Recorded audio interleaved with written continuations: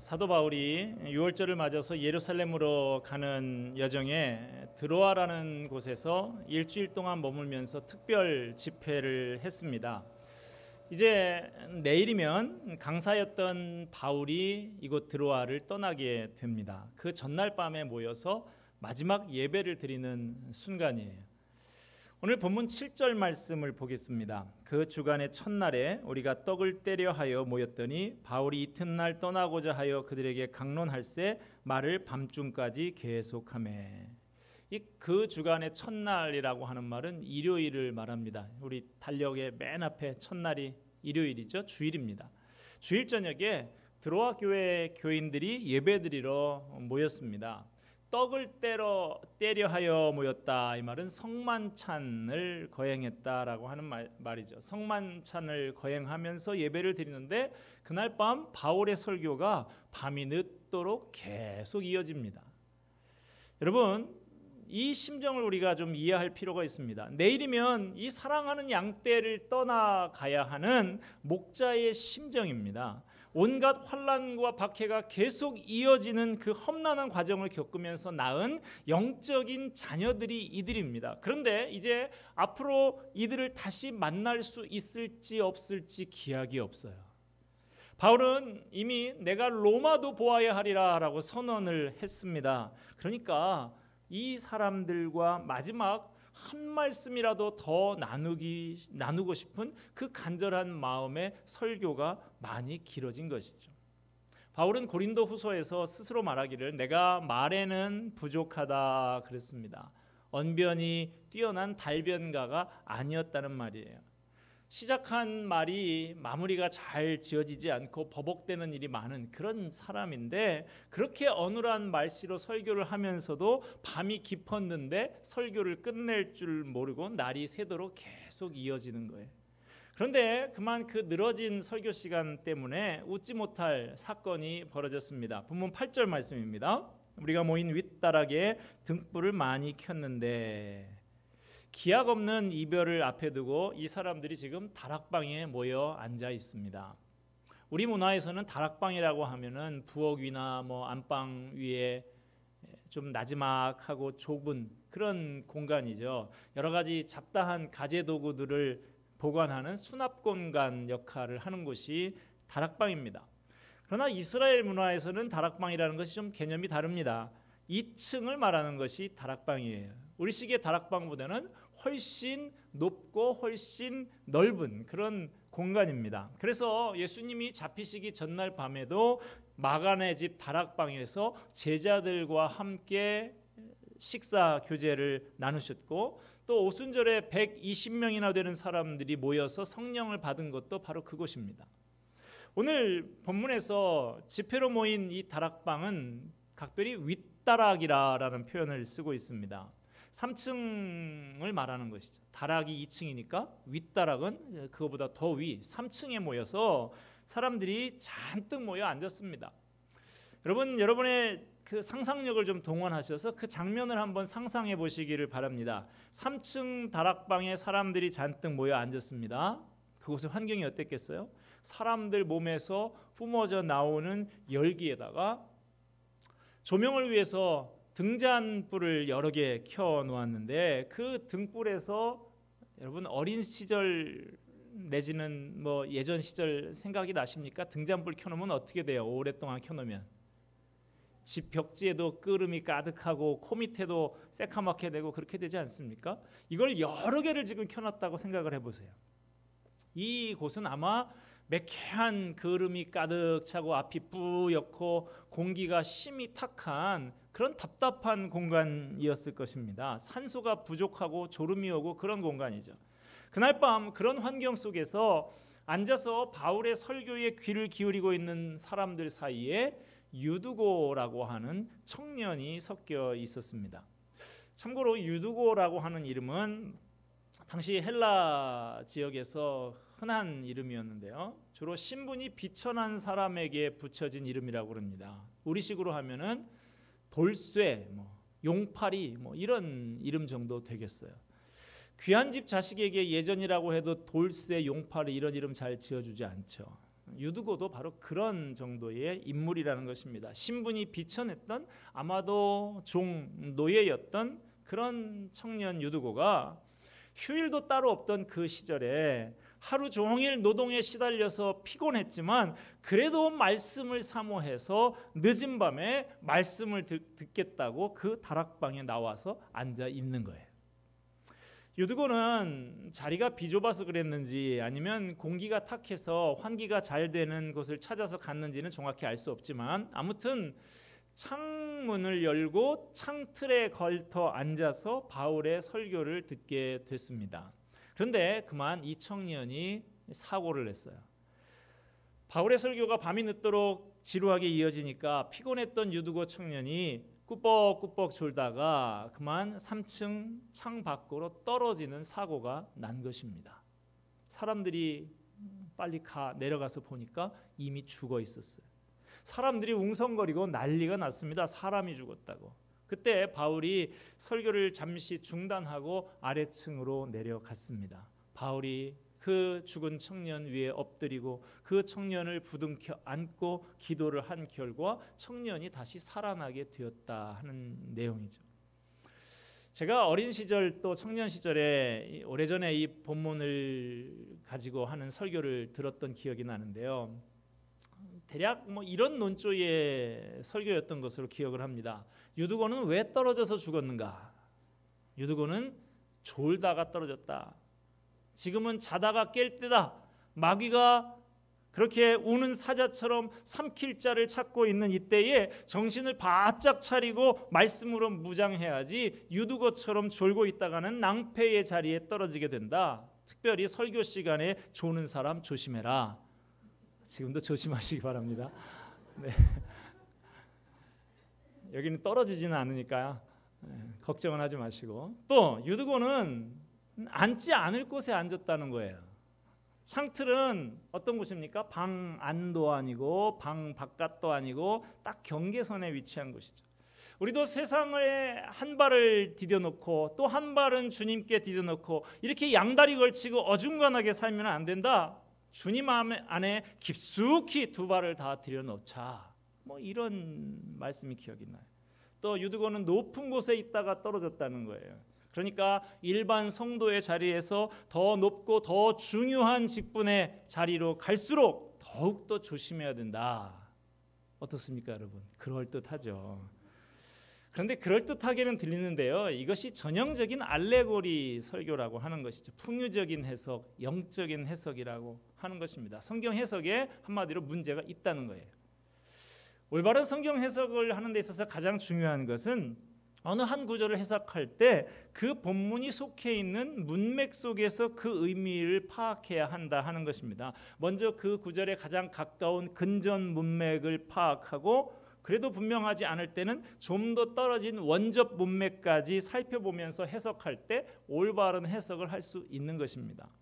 자, 유두고라는 청년이 떨어져 죽은 이 사건에 대해서 그럼 문맥에서는 뭐라고 말하고 있는지 한번 살펴볼까요? 7절 말씀 보겠습니다. 그 주간의 첫날에 우리가 떡을 떼려 하여 모였더니 바울이 이튿날 떠나고자 하여 그들에게 강론할새 말을 밤중까지 계속하매. 9절 말씀도 봅니다. 유두고라 하는 청년이 창에 걸터 앉아 있다가 깊이 졸더니 바울이 강론하기를 더 오래 하매 졸음을 이기지 못하여 3층에서 떨어지거늘 일으켜 보니 죽었는지라. 자, 7절에서 바울이 강론할 때 말을 밤중까지 계속했다 그랬습니다. 9절에도 바울이 강론하기를 더 오래, 밤중까지 계속했는데 더 오래 했다는 것은 이제 새벽이 다가오고 있는데도 계속해서 설교하고 있었다는 거예요. 자, 이 문맥을 살펴보면 유두고가 졸았던 이유에 대해서 분명히 알려주고 있습니다. 누구 때문이라는 거예요? 바울 때문이라는 거예요. 바울이 유두고의 졸음과 죽음에 대해서 책임이 있다라고 하는 것입니다. 바울이 늦은 밤중까지 설교를 너무 길고 오래 했기 때문에 졸았다라고 하는 것이죠. 특히 이날은 성찬식을 겸해서 했다고 이미 말씀을 드렸습니다. 밤이 늦도록 예배가 진행이 됐습니다. 그런데다가 바울이 이것을 떠나기 전 마지막 밤이기 때문에 안타까운 마음 가지고 한 가지라도 더 가르쳐 주려고 이 얘기 저 얘기 생각나는 대로 막 하다 보니까 설교가 너무 많이 길어졌던 것이죠. 그 바람에 하루 종일 일하고 피곤했던 이 유두고가 졸음을 이기지 못하고 마침내 깊이 잠이 들었던 것이죠. 어떤 목사님이 교회에서 설교를 하시는데 심하게 조는 성도가 있어서 빨리 깨시기 바랍니다. 지금 설교 도중에 거기 아무개 집사님 그 옆에 있는 사람 좀 깨우세요. 이렇게 얘기를 했더니 그 사람이 깨우면서 혼잣말로 그러더래요. 아니 재우기는 자기가 재우고 나보고 깨우라 그래. 이런 말을 했다 그럽니다. 설교 중에 조는 거, 이게 조는 사람에게도 문제가 물론 있습니다만은 한편으로는 설교자한테도 책임이 있다는 것이죠. 너무 길게 하거나 너무 이해하기 어렵게 하면 듣는 사람이 졸릴 수 있습니다. 그래서 우리 장로교 총회 헌법 예배 모범에 보면 설교에 관해서 설교자에게 이런 지침을 주고 있습니다. 강도하는 자는, 이 설교를 말합니다. 강도라고 하는 것은 그 언어가 성경에 적합하고 듣는 사람 중 무식한 자라도 알아듣기 쉽게 말할 것이요, 성경을 읽든지 찬송하든지 기도하든지 강도하든지 시간이 서로 적당하게 하고 너무 지루하게 하지 말라. 공식 예배에 가장 요긴한 것은 가장 높으신 하나님께 대하여 단체적 경의를 표하는 것이니 목사는 강도를 너무 길게 하여 요긴한 기도와 찬송을 못하거나 부족하게 하지 말고 적당한 비례로 시간을 사용하여 예배를 완전하게 함이 옳다. 너무 설교만 길게 하지 말고 찬송하고 기도하고 하나님 앞에 영광을 올려드리는 것이 예배의 본질이다. 그래서 비례를 잘 지켜라, 이런 얘기예요. 설교의 황제라고 불리는 전설적인 설교자가 있습니다. 스펄전인데요. 스펄전이 이런 말을 했습니다. 설교는 15분만 해라. 그렇지 않으면 15분처럼 느껴지게 해라. 길게 하더라도 15분처럼 느껴지게 그렇게 설교를 잘하든지 잘하지 못하면 짧게라도 해라. 그런 말이었던 것이죠. 저는 보통 한 30분 정도 설교를 하는데요. 여러분이 이해하기 어렵거나 지루하지는 않은지 모르겠습니다. 저는 오늘 본문에서 중요한 것은 유두고가 졸다가 창밖에 떨어진 것이 유두고 책임이냐 사도 바울 책임이냐 이런 문제가 아니라고 봅니다. 오늘 본문에서 발견할 수 있는 것은 당시 초대교회 성도들이 얼마나 이 말씀에 대한 열정을 가지고 있었는가 하는 것입니다. 여러분, 밤새도록 설교하면 아무리 재미나게 설교를 해도 졸지 않을 사람이 누가 있겠습니까? 그 자리에서 유두고만 졸았다고 생각하십니까? 저는 그렇게 생각하지 않아요. 바람이 불고 환기가 잘 되는 창가에 앉은 이 유두고도 졸았는데 다락방 한가운데 앉아서 그 후텁지근한 공기를 마시면서 있었던 사람들이 졸지 않았을 리가 없을 것 같아요. 어쩌면 조는 사람이 졸지 않는 사람보다 더 많았을지도 모르겠다. 저는 그런 생각을 해봅니다. 그러나 바울은 그것 잘 알고 있지만 그러면서도 말을 그치지 않았습니다. 졸다가 잠결에라도 한 가지라도 더 들어라 라는 그런 불타는 마음 열정을 가지고 말씀을 전했던 것이죠. 내일 먼 길을 떠나가야 하는 사람이 밤이 깊어서 날이 새는 줄도 모르고 하나님의 말씀을 가르치기 위해서 열정을 다하고 있습니다. 또 그 말씀을 듣는 사람들은 어떻습니까? 하루 종일 일하고 나서 피곤하고 지쳐서 졸린 이 밤늦은 시간이지만 그래도 하나님의 말씀을 사모하는 마음으로 늦은 밤까지 등불을 켜고 모여 앉아서 열심히 배우고 있어요. 여러분, 말씀에 대한 이 놀라운 열정 때문에 마침내 로마가 복음으로 정복되었던 것입니다. 피곤한 것도 무더운 것도 공기가 탁한 것도 잠이 오는 것도 내일 먼 길을 떠나야 하는 그 일정도 개의하지 않고 말씀을 가르치고 배우는 이들의 열정이 때문에 복음의 불길이 훨훨 타오를 수 있었던 것이죠. 오늘 본문 11절 말씀을 보는데요. 이 11절은 그 바로 앞에 유두고가 3층에서 떨어졌다가 살아난 기사가 10절에 나오는데 바로 이어지는 말씀입니다. 자, 11절. 올라가 떡을 떼어 먹고 오랫동안 곧 날이 새기까지 이야기하고 떠나니라. 지금 이 사람들이 누굽니까? 방금 사람이 창에서 떨어져서 목숨이 끊어지는 사건을 당한 사람들이에요. 물론 살아나기는 했지만, 그런데도 곧바로 다시 올라가서 계속 성만찬을 나누고 날이 새도록 말씀을 전하고 들은 다음에 헤어졌다라고 하는 사실입니다. 우리 같으면 어떻겠어요? 설교하다가 사람이 하나 졸다가 떨어져서 죽으면 거봐라 거봐라, 절제하지 못하고 그렇게 길게 하다가 아이고 앞으로 절대 이러지 말자, 예배는 꼭 1시간 이내에 끝내자, 이렇게 하고 집에 갔을 것 같아요. 근데 이 사람들 그러지 않았다는 것입니다. 이러한 말씀에 대한 열정, 이러한 정신이 오늘날도 살아있다고 하면 교회는 병들지 않습니다. 비록 졸리고 피곤하다 할지라도 하나님의 말씀이 선포되는 자리를 떠나고 싶지 않아서 끝까지 버티고 앉아서 말씀을 들으려고 하는 사람들이 있는 교회, 병들지 않습니다. 이 말씀에 대한 열정을 우리가 오늘 본문에서 하나 살펴볼 수 있고요. 오늘 본문에서 한 가지 또 눈여겨 살펴볼 점은 바울이 설교하는 이 어른들의 예배죠. 여기에 유드고라고 하는 청년이 참석을 해서 말씀을 듣고 있었다라고 하는 점입니다. 유드고가 졸다가 창문에서 떨어졌는데요. 청년의 시기, 잠이 많은 시기입니까? 적은 시기입니까? 낮에 활발하게 일하고 활동하는 일이 별로 없는 노인들, 일을 안 하시니까 잠이 없다고 그러는 거예요. 늙으면 그냥 잠이 없는 게 아니라 활동일 적게 하니까 잠이 없어요. 연세 많으신 분들도 일을 많이 하시는 분들은 잠을 잘 잡니다. 청년 시기는 어떻습니까? 얼마나 활발하게 활동을 많이 해요. 그러니까 자도 모자라는 게 잠입니다. 그런데도 불구하고 이 청년 유두고가 이 어른들의 집회에 졸음을 쫓아가면서 예배를 드리고 설교를 듣겠다고 나와 있는 거예요. 이게 얼마나 가상한 일입니까? 졸고 깨어있고를 떠나서 이 청년이 이 늦은 시간에 교회에 나와서 앉아있다라고 하는 자체가 칭찬받을 만한 일인 것이죠. 우리 한국교회가 위기다, 침체다라고 하는 말이 나온 지가 벌써 20년이 넘었습니다. 기독교 신앙을 가진 인구가 점차 줄어들고 있습니다. 안타까운 현상이지만 아마도 이런 추세가 앞으로도 더 가속화될 것이라고 예측되고 있습니다. 어떻게 그런 예측이 나오느냐? 지금 기독교 인구가 줄어들고 있다고 할 때 노년층이나 장년층의 숫자가 줄어드는 게 아니에요. 그 연령대 숫자는 거의 그대로 가고 있습니다.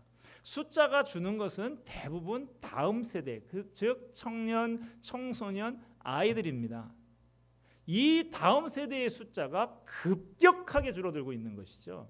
그러니까 앞으로 교회가 점점 더 노령화되고 숫자가 줄어드는 일이 더 심화될 거라고 예측이 될 수밖에 없는 것이죠. 제가 어릴 때만 해도요, 가만히 있어도 다음 세대들이 교회로 몰려 들어왔습니다. 어린들이 자기는 교회에 안 다녀도 우리 애들은 교회 보내야 된다고 하면서 교회로 보내던 시절이 있었어요. 동네에 나가서 성경학교 한다고 등에다가 북 메고 북만 덩텅 치고 다녀도요, 어린이들이 교회로 줄줄이 사탕처럼 엮여서 그렇게 따라왔었습니다. 그러나 이제는 아니에요. 다음 세대를 전도하기가 어른들 전도하기보다 훨씬 더 힘든 시대가 됐습니다. 예전에는요, 대부분의 교회들이 교회 안에 기성세대의 숫자하고 다음 세대의 숫자가 거의 비슷했습니다. 어른이 200명 모이면 다음 세대도 200명 정도 모였어요. 그런데 요즘은 다음 세대가 기성세대 숫자의 5분의 1만 돼도 아주 양호한 것이고요, 10분의 1도 안 되는 교회가 많이 있습니다. 아예 다음 세대가 한 명도 없어서 주일학교에 문을 닫았다라고 하는 교회가 한국교회의 절반이다라는 그런 보고가 심심찮게 나오고 있습니다. 이대로 가면 불과 몇십 년 후에 한국교회가 유럽교회처럼 될 가능성이 있습니다. 유럽교회, 유럽여행 다녀오신 분들 가보셨습니까? 웅장한 예배당, 파이프 오르간이 찬란하게 있는 그 예배당에 노인들, 허연 분들 20-30명 앉아서 느릿느릿 찬송가를 부리고 있고, 그분들이 드리는 헌금 가지고는 교회당 전기요금조차도 감당하기가 어려워서 교회 건물이 팔려서 백화점으로, 박물관으로, 심지어는 회교 사원으로 바뀌는 일들이 벌어지고 있습니다. 제가 너무 부정적인 측면만 말씀을 드린 것 같은데요. 그래도 아직은 한국교회에 희망이 전혀 없지는 않습니다. 아직은 한국교회 청년들도 있어요. 우리 교회만 해도 다음 세대의 숫자가 바닥을 치고 다시 조금씩 늘어나고 있는 가운데 있습니다. 요즘 세상에 놀러 갈 데가 얼마나 많습니까? 아이들을 유혹하는 재미있는 일들이 얼마나 많이 있어요. 그런데도 교회에 나와서 예배를 드리고 말씀을 배우는 일을 소중히 여기는 우리의 다음 세대들이 아직 많이 있으니 얼마나 이 아이들이 예쁜지 모릅니다. 그런데 기성세대들이 그런 다음 세대들을 격려하고 세워주기보다 자꾸만 꾸중하고 질책하는 일이 더 많은 것이 아닌가 하는 안타까움이 있습니다. 오늘 본문을 볼 때도 청년 유두고가 말씀을 사모해서 피곤한 가운데도 그 자리에 있었다라고 하는 긍정적인 면이 분명히 있는데도 그 점은 간과하고 그저 졸았다라고 하는 부정적인 면만 바라보고 있지는 않았는가 하는 것입니다. 오늘 본문의 유두고 사건을 바라보면서 문득 이런 생각을 해봤습니다. 유두고라는 청년이 창틀에 더 앉아있다가 떨어졌는데 과연 그 앞에 자리가 넉넉한데도 유두고가 굳이 창틀에 혼자 가서 앉았을까? 좋은 자리는 모두 다 기성세대들이 다 차지하고 앉아 있어서 이 청년이 어쩔 수 없이 창틀까지 밀려난 것은 혹시 아닌가라는 생각을 해봤습니다. 그간에 한국 교회는 청년들에게 다음 세대들에게 자리를 내주고 있었습니까? 아니면 창가로 내몰고 있었습니까? 80년대에 한국의 대학생들이 민주화 데모를 많이 했었죠. 정부에서는 학생들이 작용화돼서 이 나라가 베트남처럼 망하게 될 것이다 라고 위기의식을 조장했습니다. 당시에 많은 교회들에서도 어른들이 정부가 말하는 거하고 똑같이 말했어요. 유사한 정치적인 발언들을 해대면서 청년들을 비난해대니까 교회에 그래도 희망을 갖고 있던 이 청년들이 실망을 하고 교회를 많이 떠나가기 시작했습니다. 교회를 청년들이 떠나가기 시작하면서 그때까지 나날이 부흥을 거듭하던 한국교회의 침체기가 바로 그때부터 찾아오기 시작했다는 사실이죠. 교회가 다음 세대들을 품어주지 않고 기성세대들의 생각만 강요하게 되면 교회는 다음 세대들을 잃어버리게 됩니다. 물론 기성세대들의 시각으로 볼 때 이 다음 세대들이 이걸 신앙생활이라고 하냐 하는 좀 영 어설프고 마음에 들지 않을 수도 있습니다. 그러나 유두고 청년이 졸았던 것이 그가 피곤함을 무릅쓰고 그 자리에 있었던 것에 비하면 작은 실수에 불과한 것인 것처럼 다음 세대들이 저지르는 실수와 미숙함은 그들이 교회 공동체 안에 머무르고 있는 것으로 받아야 할 칭찬과 격려에 비하면 별것 아니다라고 하는 사실입니다. 작은 실수와 미숙함 때문에 교회에서 다음 세대들의 자리를 빼앗아 버리고 창가로 내모는 그런 어리석은 짓을 다시 반복하지 말아야 합니다. 오늘 본문에 보면 사도 바울이 청년 유두고에게 비상한 관심을 보였다는 것을 볼 수가 있습니다.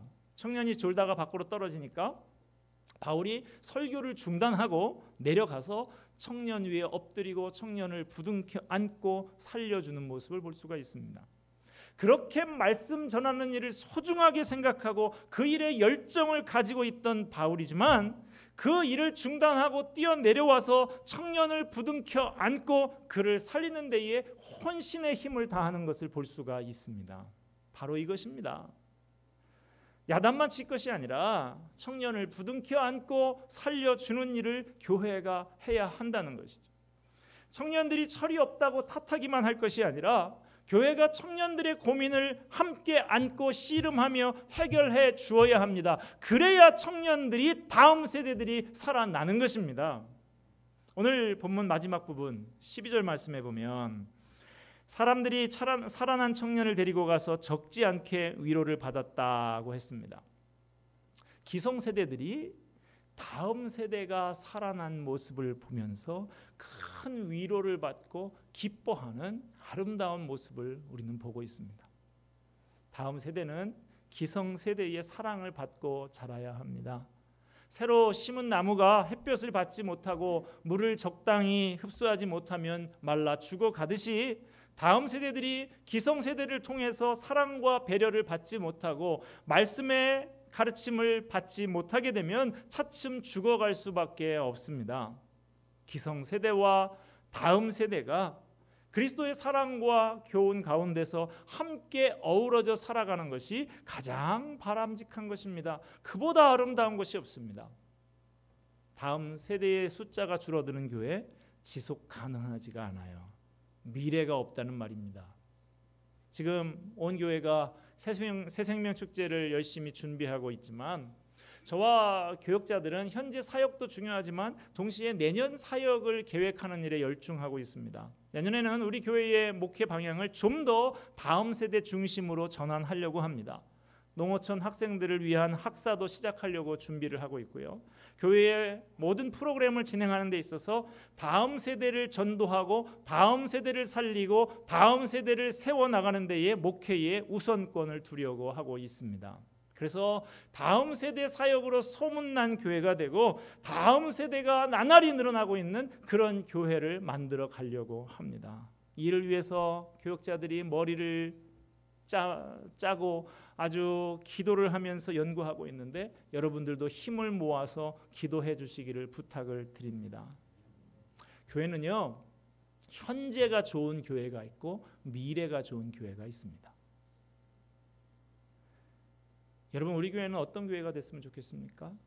현재가 좋은 교회 아니면 미래가 좋은 교회? 현재가 좋은 교회, 현재가 정점을 딱 찍은 교회면 뭐 임금 피크제도 아니고 이제부터는 떨어진다는 얘기잖아요. 현재보다 내년이 더 좋고 후년이 더 좋고 소망이 있는 그런 교회가 되어야 하지 않겠습니까? 그러려면 다음 세대에 좀 더 관심을 갖고 그들을 부둥켜 안고 씨름해서 그들을 살려내야 하는 것입니다. 오늘 이 본문에 나오는 주인공 유드고라고 하는 사람, 헬라어로 유티코스라고 하는 이름인데요. 그 이름의 뜻이 행복한 사람이라는 뜻이에요. 행복한 사람. 비록 비천한 신분에 있었지만 나날이 피곤한 삶을 살아갔지만 기성세대들에 의해서 하나님의 말씀을 듣고 그들의 사랑과 배려 속에서 그렇게 말씀 안에서 성장해 나가는 이 청년, 그 사람은 그 이름 그대로 행복한 사람이었습니다. 우리 교회에도 이 유두고 행복한 사람들이 많아지기를 바랍니다.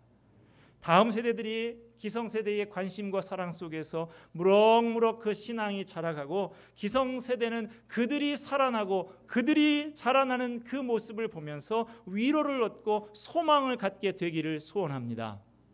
기성세대와 다음 세대가 대를 이어서 말씀에 대한 열정을 가지고 함께 어우러지는 참 행복한 교회가 되기를 주님의 이름으로 축원드립니다. 기도하겠습니다.